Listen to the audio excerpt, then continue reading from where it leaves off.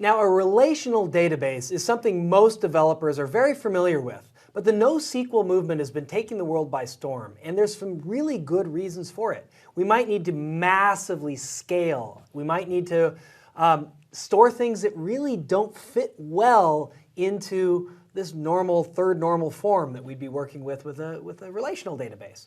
So let's take a look at some of the other capabilities inside of Azure. And I'd like to cover just two right now. That's DocumentDB and Redis Cache. Let's start with DocumentDB. So looking at the slide, you're going to find a few key attributes of DocumentDB. It's a non-relational database, very fast, limitless scale, replicates data globally so you're not going to lose it.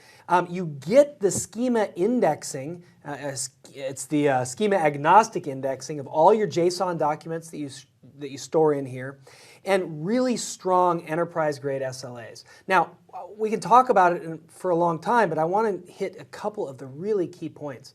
It is fast. DocumentDB, 99.99% of requests, read requests, have a 10 millisecond latency. That's pretty quick. And so we're making this is very rapid to go in and pull out these documents. Write latency at 15 milliseconds. There's a lot of really strong benefits, not the least of which is that DocumentDB can scale to handle millions of requests per second by just kind of twisting a knob. You don't have to, like some other NoSQL data stores that store documents, you don't have to go in and come up with a sharding strategy beforehand. You can just start cranking up what you need DocumentDB to do for you. Really powerful things. I'm going to come to you for just a second because you were telling me a story of a demo that you saw about DocumentDB and Mongo. Can you tell us about that? Yep, so we saw a demo of an application that was written in, I think it was a Node application that used MongoDB in the back end, and they spun up a DocumentDB service in Azure, changed the connection string in their application, in their Node application, to point to the Azure DocDB service instead of their MongoDB, and their application just worked. So it was great to see that the DocumentDB service will honor all of the MongoDB protocols, and so it just becomes another data store that you can use. And again, instead of managing your own MongoDB on your own servers, you just spin up a DocumentDB service, switch your connection string, and you're good to go. And you're off and running. Love that. That's just a really interesting thing. So DocumentDB, it's used widely inside of Microsoft. You've probably played video games, if you're an Xbox gamer, on some of them that use the DocumentDB in the back end and for millions of transactions a second.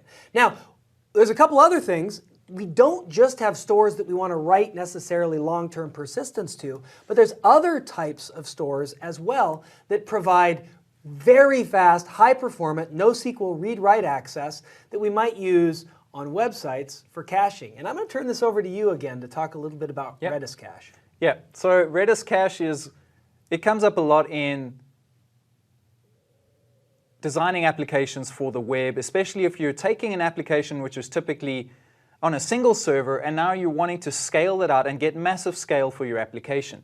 Well, what a lot of developers do is they have some sort of session state. So when an HTTP request comes into the server, they might have some kind of state that they write in there, and then that means that subsequent requests to that application have to hit that server, otherwise that state is lost. And so this kind of gives an affinity and it ties the request to a particular server. Now, when you only have a single server, that's not a problem. But as you go into the cloud, you want to be able to decouple the state to this cluster of servers. Now, because Azure Web Apps auto-scale, you may have one instance, you may have 10 instances. You're not going to know how many instances you have.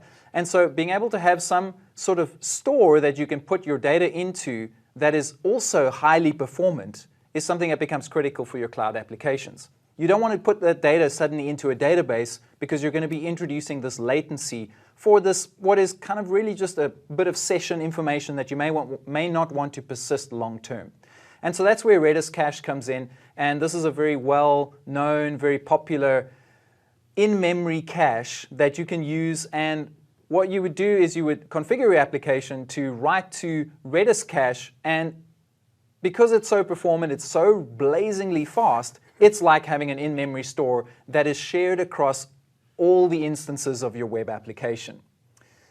Although it is optimized as a cache, you can also use it for other scenarios like message broking and queues and so on, right? But we see it most popularly used for that sort of in-memory, cross-instance, cross-machine cache. So Redis is another service that you can spin up on Azure, and this isn't some specific flavor of Redis. This is the same as any Redis that you would have spun up on any kind of on-prem stack, right? It's also used by big applications like Twitter and Instagram and Snapchat. They use Redis all the time. So it's a very proven performing in-memory cache for large-scale applications, and so it is proven. And they have a knowledgeable community and expanding ecosystem. There's a lot of plugins and a lot of SDKs around it. So once you've spun up your Redis cache service in Azure and you've architected your applications to use that store, you're pretty much done. I think you are. It's an amazing tool set. One thing I did want to mention is it's the same Redis you get anywhere else running on Windows. It's a Windows flavor of Redis that they've built, and you can do that yourself as well. But I just wanted to make sure that was the case on that, and it's as a service. So you don't have to spin up anything. And frankly, I don't even know why I mentioned it runs on Windows in the back end other than a piece of trivia, because you just don't care. It's there, and you treat it just like you do every other Redis cache. Right. So those are two of the NoSQL stores that you could use: the Redis cache, and then going up to DocumentDB for longer-term persistence. And we mentioned earlier, and I want to throw it out again, table storage, which is if you're storing things in kind of a grid format, a big Excel sheet in the sky, if you would. If you're storing those, that's the table storage piece, which is another NoSQL store.